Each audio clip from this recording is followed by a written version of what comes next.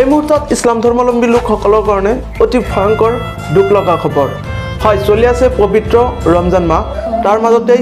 300 বছৰ পুৰণি কবৰস্থানত চলিল বুলডোজাৰ ৰাতিৰ আন্ধাৰত বুলডোজাৰ চলাই দিলে কবৰস্থানত যদি আপুনি এগৰাকী ইছলাম ধৰ্মাৱলম্বী লোক আৰু নিজকে যদি মুছলমান বুলি ভাবে তেনেহলে আজিৰ এই ভিডিঅটো পোৱাৰ লগালগ শেয়াৰ কৰি দিয়ক কিয়নো প্ৰতিটো মুছলমান ব্যক্তিৰ এই খবৰটো জনাটো দৰকাৰ কিয়নো 300 বছৰ পুৰণি কবৰস্থানত চলিল বুলডোজাৰ ইয়াৰ উপৰিও চলি আছে পবিত্ৰ ৰমজান মাহ হয় পবিত্ৰ ৰমজান মাহতে ইছলাম ধৰ্মাৱলম্বী লোকসকলৰ এটা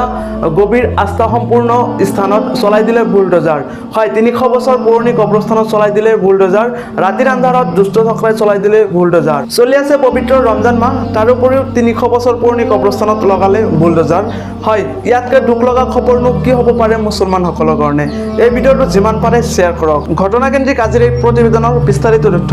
শেহতীয়া সামাজিক মাধ্যমত সম্প্ৰচাৰিত হোৱা খবৰ লগতে জি নিউজৰ ফালৰ পৰা প্ৰকাশ কৰা এক প্ৰতিবেদন অনুসৰি ঘটনাৰ স্থান উত্তৰ প্ৰদেশত হয় ভাৰতৰ ৰাজ্য উত্তৰ প্ৰদেশৰ ফাতেহাপুৰত এই ঘটনা সংঘটিত হৈছে 300 বছৰ পুৰণি কবৰস্থানত লগালে বুলডোজাৰ ৰাতিৰ আন্ধাৰত চলালে বুলডোজাৰ কোনে চলালে এতিয়াও স্পষ্ট হোৱা নাই হয় উত্তৰ প্ৰদেশৰ ফাতেহাপুৰত এই ঘটনা সংঘটিত হৈছে 300 বছৰ পুৰণি কবৰস্থানত লগালে বুলডোজাৰ উল্লেখনীয় কথাটো হৈছে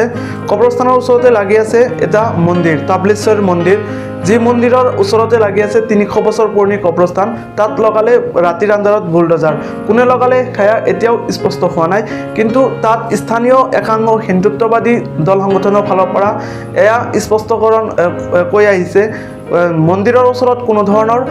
কবৰস্থান হ'ব নোৱাৰে 300 বছৰ পুৰণি কবৰস্থানত বুলডোজাৰ সেই বিষয়ে কেন্দ্ৰ কৰি যাতে পৰিস্থিতি উত্তপ্ত নহয় তাৰ প্ৰতি লক্ষ্য ৰাখি সেই ঘটনাস্থলীত ইতিমধ্যে আৰক্ষী নিয়োগ কৰিছে কিন্তু কোনে লগালে সেই বুলডোজাৰ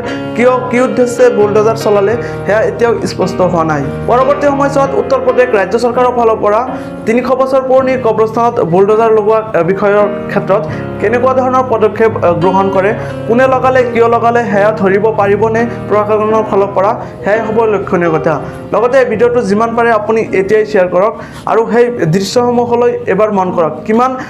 ভয়ংকৰ লগতে দুখ লগা এটা দৃশ্য হ'ব পাৰে সেই ভিডিঅ'বিলাক চাই লওক